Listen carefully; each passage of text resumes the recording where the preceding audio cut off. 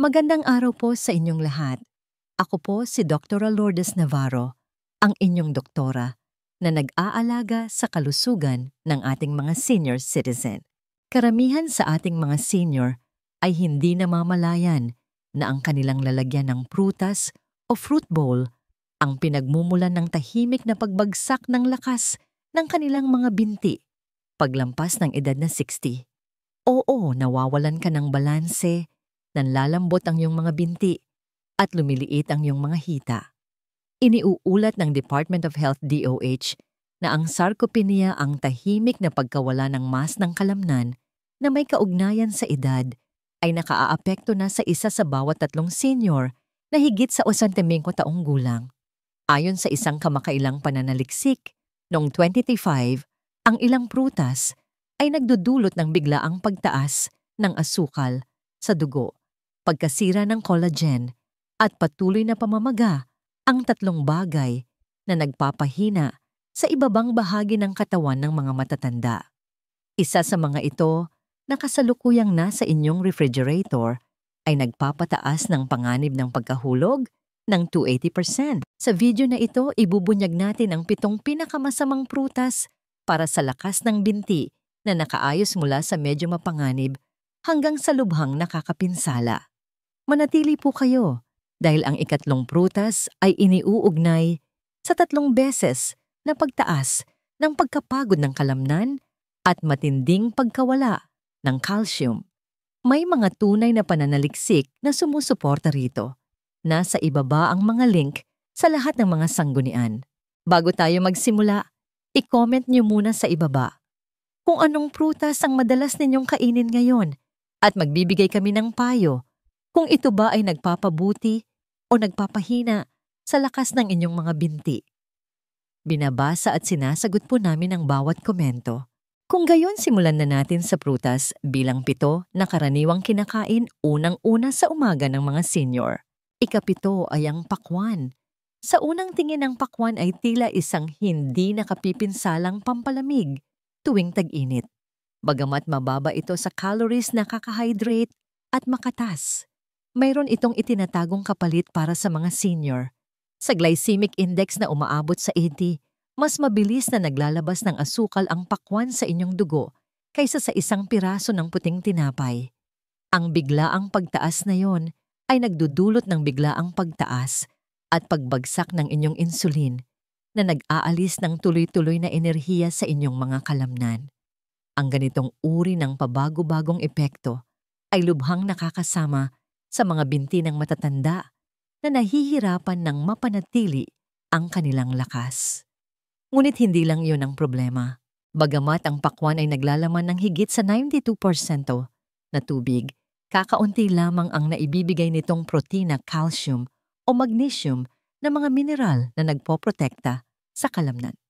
Ang mas malala pa, naglalaman ito ng maraming fructose, isang uri ng asukal na kailangang iproseso ng inyong atay. Ang labis na fructose ay nagpapalala sa insulin resistance at nagpapataas ng pamamaga, lalo na sa mga senior na may fatty liver na karaniwan na. Pinipigilan nito ang pagpasok ng glucose sa inyong mga kalamnan kapag kailangan nila ito. Ang resulta ay mas matinding pagkapagod, mas mabagal na paggaling ng kalamnan, at sa huli mas mahina at mas payat na mga binti. Ayon sa isang pag-aaral noong 2019 na inilathala sa journal na Nutrients, ang mga prutas na mataas sa fructose, lalo na ang mga may mababang sustansya tulad ng pakwan, ay iniugnay sa mas mahinang paggana ng ibabang bahagi ng katawan sa mga matatanda. Sinubaybayan ng mga mananaliksik ang mahigit 1,000 senior at natuklasan na ang mga individual na kumonsumo ng mas maraming asukal ay mas mabagal maglakad at mas mahina ang hawak. Ano ang dapat gawin? Hindi kailangan ang tuluyang pagbabawal sa pakwan, ngunit mahalaga ang kontrol sa dami. Ang isang maliit na hiwa o 2 sa isang mainit na araw ay ayos lang, ngunit huwag itong kainin araw-araw at huwag kailanman kainin ng mag-isa kapag hindi ka gutom. Upang malabanan ang pagtaas ng asukal, isabay ito sa protina o healthy fat tulad ng Greek yogurt o ilang pirasong almonds. Kung ang lakas ng binti ang iyong pangunahing alalahanin, mayroong mas magagandang pagpipilian ng prutas. Susunod ay isang prutas na maaring mukhang malusog sa labas, ngunit sa loob ito ay isang malaking problema para sa inyong katatagan, antas ng potassium at mga kasukasuan. Ika-6 may mga katas ng prutas o fruit juices kahit na ang mga 100% natural pa. Pagkatapos ng edad na 60, hindi na pinoproseso ng inyong katawan ang asukal tulad ng dati at ang tila simpleng baso ng fruit juice ay maaaring lihim na nagpapahina sa inyong mga binti. Kahit na ang mga produktong nagsasabing 100% natural o walang dagdag na asukal ay maaaring makasama kapag lampas na sa kalagitnaan ng buhay. Bakit? Dahil kapag ginawang juice ang prutas, nawawala ang lahat ng hibla o fiber nito. Ang hibla ang nagsisilbing proteksyon na nagpapabagal sa bilis ng pagpasok ng asukal sa inyong dugo. Kung wala ito, ang natural na asukal ng prutas ay nagiging isang mabilis na baha ng glucose na mabilis na kumakalat sa inyong katawan. Sa loob lamang ng ilang minuto, sobra-sobra ang reaksyon ng inyong insulin, tumataas ang inyong asukal sa dugo, at hindi na natatanggap ng inyong mga kalamnan ang tuloy-tuloy na enerhiya na kailangan nila upang manatiling malakas. Sa halip nagsisimula ka ng isang sunod-sunod na reaksyon ng pamamaga insulin resistance at mabilis na pagkasira ng kalamnan, lalo na sa inyong mga binti.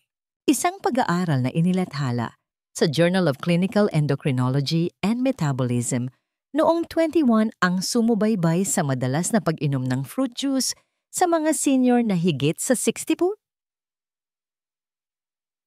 Natuklasan ng mga mananaliksik na mayroon silang 22% na mas mataas na panganib ng insulin resistance, 34% na mas mataas na fasting blood sugar, at 21% na mas mabilis na pagkasira ng kalamnan sa binti kumpara sa mga senior na kumakain ng buong prutas. At hindi lamang ang mga nabibili sa tindahan ang may panganib. Ang gawang bahay cold-pressed o organic na fruit juice ay nagdulot ng parehong metabolic na kaguluhan dahil kung walang hibla ang asukal, ay mabilis pa ring nasisipsip. Mas marami kang nakokonsumong asukal kaysa sa aktwal na prutas nang hindi nakakaramdam ng pagkabusog dahil nilalampasan ng likidong asukal ang mga senyales ng pagkabusog ng iyong tiyan na lalong nagpapalala sa sitwasyon. Ang labis na asukal na yon ay nagiging taba sa tiyan na nagpapataas din ng pamamaga at direktang nakakaapekto sa inyong quadriceps glutes at binti. Mahahalagang kalamnan na nagpapanatili ng inyong balanse postura at lakas sa paglalakad. Ito ang dahilan kung bakit ang mga senior na manginginom ng juice ay madalas na nakakaranas ng paninigas, hindi matatag na paglakad o hindi maipaliwanag na pagkapagod ng binti. Upang mapanatili ang lakas ng inyong binti, palitan ang lahat ng inyong juice kahit na ang mga sinasabing malusog. Huwag kailanman uminom ng pinaghalong orange apple o grape juice. Sa halip subukang kainin ang buong prutas kasama ang balat upang mas mapabagal ang panunaw. Isabay ito sa mga healthy fats tulad ng Greek yogurt o almonds. Kung gusto ninyo ng malamig na inumin na walang bugso ng asukal, gumawa ng infused water na may pipino mint o lemon. Pagkatapos ng edad na 60 now, hindi na kayang tanggapin ng inyong mga kalamnan ang sobrang glucose at bawat inom ng fruit juice, gaano man ka-natural, ay unti-unting umuubos ng inyong lakas. Ika-5 ay dilatang prutas na may arnibal. Ang produktong ito na maaaring nasa inyong aparador ngayon ay mas mapanganib kaysa sa inaakala. Marahil ang dilatang prutas na may arnibal ang pinakamasamang pagkaing gawa sa prutas na maaring kainin ng isang senior. Bukod sa wala itong hibla ang prutas, ay ibinabad sa makapal at high fructose na arnibal na ginagawa itong isang pagsabog ng asukal sa dugo. Ang mas malala pa nagdudulot ito ng pamamaga sa inyong mga tuhod, bukong-bukong at balakang pinapabilis ang pagkasira ng mga kalamnan sa binti at aktibong sumisira sa collagen sa inyong mga kasukasuan. Ito ang tunay na problema.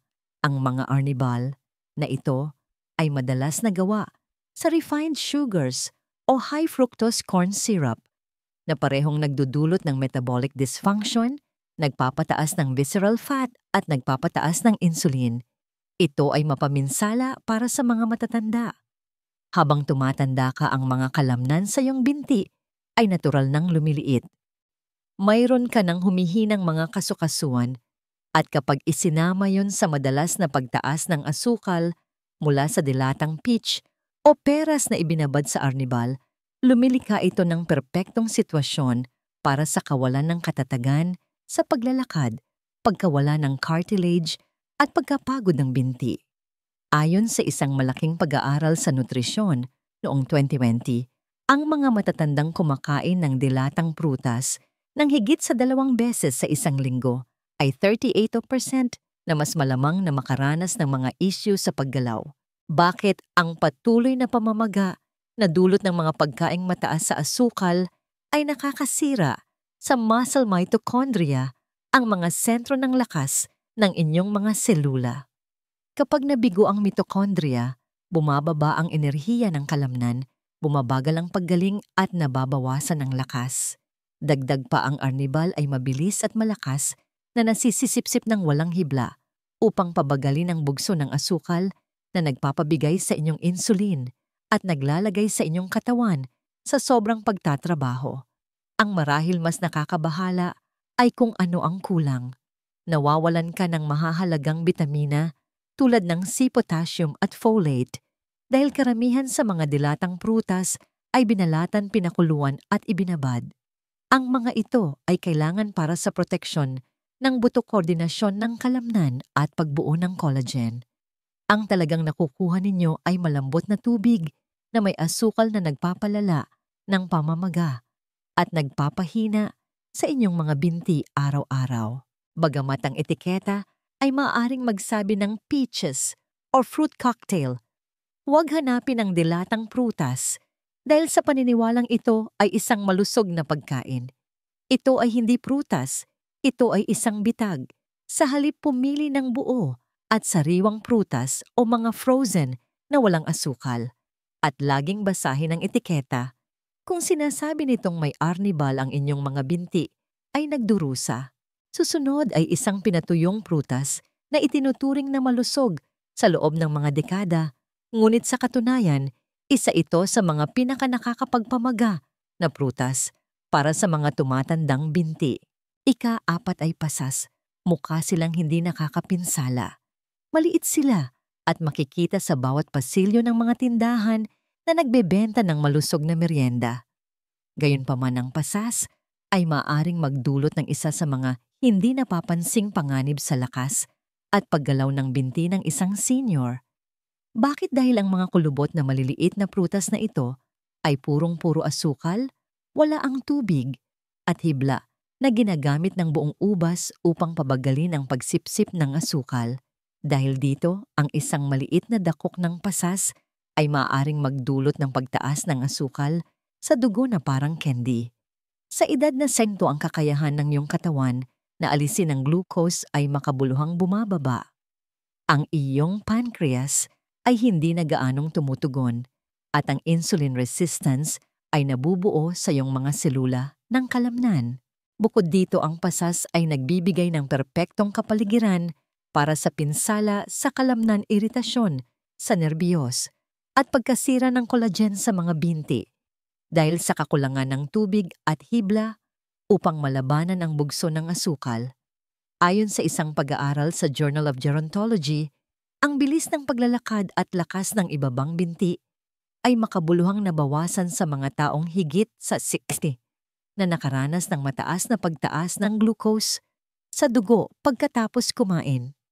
Ang paulit-ulit na pagtaas ng glucose ay iniugnay sa mas mabilis na pagkawala ng kalamnan ayon sa mga siyentipiko. Hindi lang ang asukal ang problema. May isa pang sangkap na matatagpuan sa pasas na tinatawag na Advanced Glycation End Products o AGEs. Nabubuo ang mga ito kapag ang mga carbohydrate ay kumakapit sa mga protina ng katawan, particular na sa collagen na matatagpuan sa iyong mga kalamnan at kasukasuan.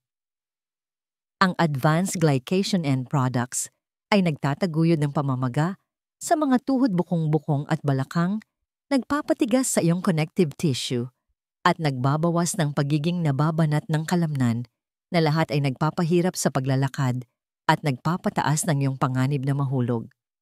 Para palalain pa ang sitwasyon, karamihan sa mga pasas ay pinoproseso gamit ang sulfites o vegetable oils na parehong maaaring magdulot ng talamak na pamamaga at iritasyon sa gastrointestinal, lalo na sa mga matatanda na may autoimmune tendencies o mga sakit sa panunaw. Ang sistematikong pagkalat ng pamamaga na yon ay umaabot sa maliliit na kalamnan na sumusuporta sa iyong postura at balanse. Sa halip na pasas, maaaring gamitin ang blueberries na nagbibigay ng antioxidants nang walang pagbagsak ng asukal o ilang hiwa ng sariwang mansanas na may almond butter kung naghahangad ka ng matamis at chewy. Ngunit kung ang pasas ay bahagi ng iyong oatmeal trail mix o morning muffin, maaaring ang iyong mga binti ang nagdurusa. Ang susunod na prutas ay maaaring lihim na nagpapahina sa iyong mga nerbiyos at umuubos ng iyong enerhiya habang nagpapanggap na isang tropikal na kalusugan. Ikatlo ay ang pinya. Makataas at matamis, madalas itong tinatawag na isang purifying o panlinis na prutas. Gayunpaman, kung kumakain ka ng pinya araw-araw, maaari nitong lihim na pahinain ang iyong mga binti bilang isang senior. Sa lahat ng karaniwang prutas, ang pinya ay isa sa may pinakamataas na nilalaman ng fructose bawat serving. Kumpara sa ibang asukal, iba ang paraan ng pagtunaw ng fructose. Dapat muna itong dumaan sa atay sa halip na pumasok sa iyong daluyan ng dugo para sa enerhiya at sa mga matatanda. Ang prosesong yon ay mas nakakapinsala, mas mabagal at hindi gaanong epektibo kaysa sa iniisip ng karamihan. Ito ang dahilan kung bakit mahalaga ito kapag sobra na ang trabaho ng atay, lalo na mula sa mga prutas. Tulad ng pinya, nagsisimula itong gawing taba ang fructose. Bilang resulta, mahigit 60% ng mga senior na may diabetes o pre-diabetes ay dumaranas na ngayon ng non-alcoholic fatty liver disease o NAFLD. Paano ito nauugnay sa iyong mga binti? Ang isang matabang atay ay makabuluhang nagbabawas ng iyong kakayahang mag-imbak at kontrolin ang glucose. Nagre-resulta ito sa nabawasang paghahatid ng sustansya sa mga kalamnan, insulin resistance at talamak na pamamaga. Ang huling resulta, mabilis na pagkawala ng mobility na antalang paggaling at pagliit ng mga kalamnan sa binti. Ayon sa isang pag-aaral sa Diabetes Care, ang mga matatandang kumakain ng mga diet na mataas sa fructose ay 2.9 beses na mas malamang na makaranas ng kahinaan sa ibabang bahagi ng katawan kaysa sa mga kumakain ng balanseng glucose. Ang mas malala pa, ang pinya ay may glycemic index na humigit kumulang 60 na mas mataas kaysa sa karamihan ng mga citrus fruits at berries. Ibig sabihin, mabilis itong pumapasok sa iyong sistema na nagdudulot ng pagtaas ng insulin na maaaring magresulta sa pagbagsak, kahinaan at pagkapagod. Ang mga pagbabagong yon ay nagpapahina sa iyong mga nerbiyos at sumisira sa mga daluyan ng dugo na nagbibigay supply sa iyong mga binti at paa sa paglipas ng panahon. Dagdag pa, ipinapakita ng mga pag-aaral na ang mga anti-inflammatory effect ng pinya na naglalaman ng enzyme na bromelain ay katamtaman at pabago-bago sa mga matatanda, lalo na kapag kinakain sa matamis delata o anyong juice sa bawat pagkain. Karamihan sa mga senior ay kumakain ng mas maraming asukal kaysa sa kailangan nila. Kung gusto mo ng tropikal na prutas, subukang palitan ito ng papaya.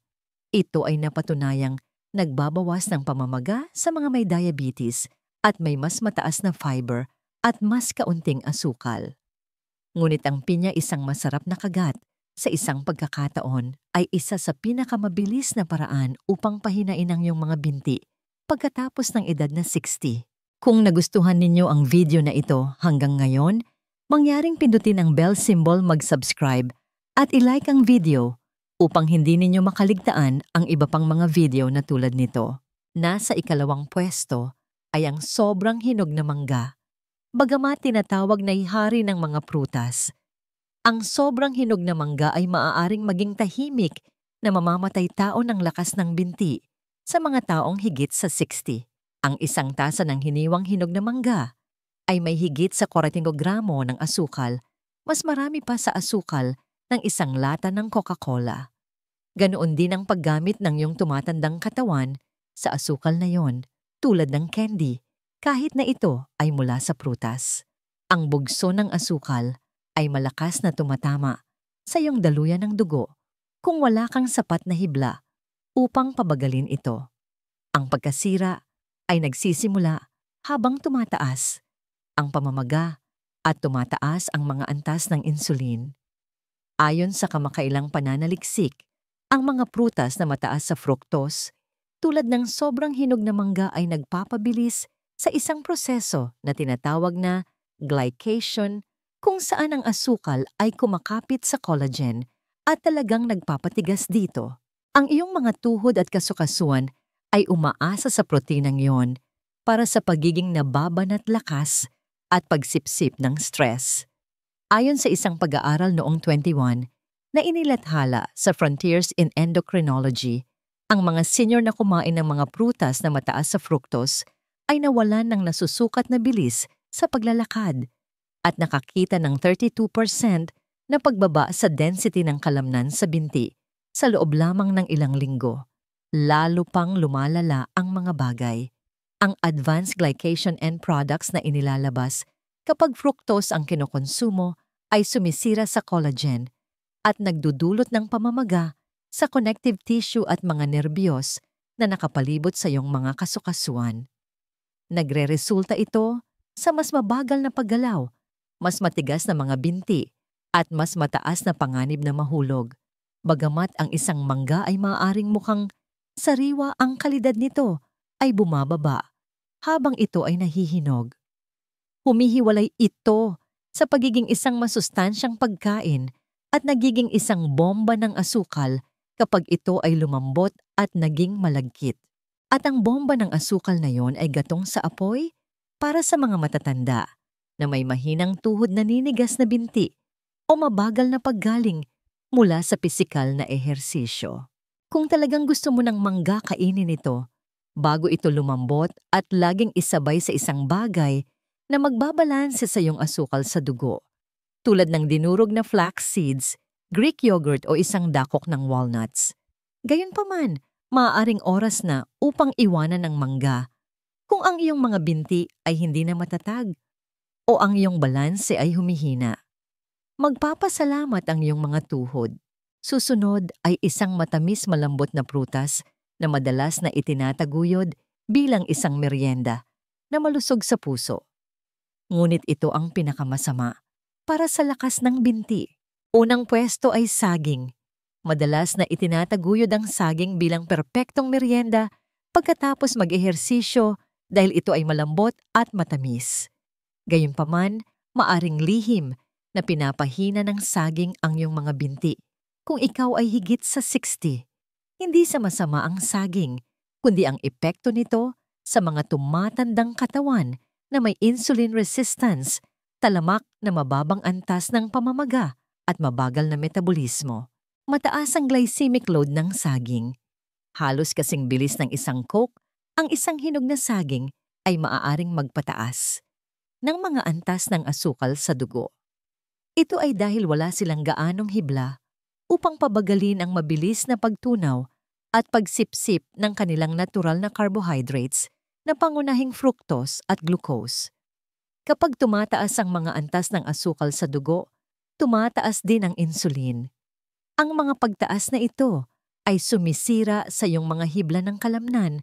Sa paglipas ng panahon, nagtataguyod ng akumulasyon ng taba sa paligid ng iyong balakang at hita at nagbabawas ng pagkuha ng glucose ng mga selula ng kalamnan. Ang iyong mga hakbang ay bumabagal, ang iyong mga binti ay nararamdamang mas mabigat at ang iyong mga kalamnan ay hindi gumagaling ng kasing bilis ng dati. Ayon sa isang pag-aaral noong 2000 na inilathala sa Frontiers in Endocrinology, kahit na ang kanilang kabuuang caloric intake ay makatwiran, ang mga matatandang may mas mataas na dietary glycemic loads ay nagpakita ng kapansin-pansing mas masahol na lakas ng quadriceps control sa balanse at tibay ng kalamnan. Ang mabilis na nasisipsip na carbohydrates ay partikular na nakakapinsala sa lakas at katatagan ng binti-diin ng mga mananaliksik. Bukod pa rito, ang saging ay kulang sa magnesium at mahahalagang amino acids na parehong kailangan para sa paggana ng nerbiyos at kalamnan. Dagdag pa, kung naniniwala ka na ang pagkain ng saging araw-araw ay maaaring magpataas ng iyong mga antas ng potassium, isipin ito, ang mga taong may nabawasang paggana ng bato na lalong nagiging karaniwan pagkatapos ng edad na 60 ay maaaring makaranas ng pagkapagod ng kalamnan, pulikat at mabagal na paggalaw bilang resulta ng sobrang pagkonsumo ng potassium mula sa pagkain. Huwag magpanik kung mahilig ka sa saging. Baguhin lang ang paraan ng iyong pagkain nito. Iwasan ang malambot at may batik-batik na saging at pumili ng berde o medyo hilaw. Huwag kailanman kainin ito ng mag-isa dahil naglalaman ito ng mas maraming resistant starch na nagpapabagal sa pagtaas ng asukal sa dugo. Upang mabawasan ang epekto ng glucose, isabay ito sa mga healthy fats tulad ng peanut butter o isang dakok ng walnuts. Ngunit kung madalas kang kumain ng saging at napansin mong mas mahina ang iyong mga binti, maaaring ang matamis na pagkaing ito ay kumikilos laban sa iyo. Ngayon, alam na ninyo ang katotohanan. Para sa mga senior na higit sa senti ang 7 prutas na ito ay maaaring mukhang matamis, ngunit lihim nilang sinisira ang collagen, pinapataas ang pamamaga, at pinapahina ang mismong mga kalamnan na nagbibigay daan sa inyo na mapanatili ang inyong kalayaan. Ang pinakamasama ay sa kabila ng kanilang kaaya-ayang anyo, karamihan sa mga prutas na ito ay literal na nagpapahina. Ang inyong lalagyan ng prutas ay maaaring naglalaman ng solusyon kung mayroon kang sakit sa tuhod-pagod na mga binti o tendensyang mawalan ng balanse. Kaya ito ang hamon ko sa inyo. Linisin ang inyong kusina, suriin ang inyong pantry, basahin ang mga etiketa sa mga prutas, at magsimulang gumawa ng mas matatalinong pagpili na akma sa mga senior na magpapanatiling ligtas sa inyong mga binti sa halip na sirain ang mga ito. Dahil pagkatapos ng edad na 60, bawat hakbang ay mahalaga. Ang mahalagang aral dito ay hindi ang pagkatakot sa prutas, kundi ang pagkakaroon ng tamang kaalaman. Ang kalusugan at kalakasan sa ating pagtanda ay nasa ating mga kamay. Bawat pagkain na isinusubo natin ay isang desisyon na maaaring magpalakas o magpahina sa atin. Piliin ninyo ang landas ng kalakasan. Bago po kayo umalis, mag-iwan ng komento sa ibaba. Alin sa mga prutas na ito ang una ninyong aalisin at alin ang pinakaikinagulat ninyo? Nandito kami upang suportahan kayo sa paglaban gamit ang siyensya at binabasa namin ang bawat isang komento. Huwag kalimutang mag-subscribe para sa mas marami pang payong pangkalusugan para sa mga senior na suportado ng tunay na pananaliksik. At kung nakita ninyong mahalaga ang impormasyong ito, pakishare po sa inyong mga kaibigan at kapamilya. Karapat-dapat sa mas mabuti ang inyong mga tuhod, kasukasuan at kalayaan. Maraming salamat po sa panonood.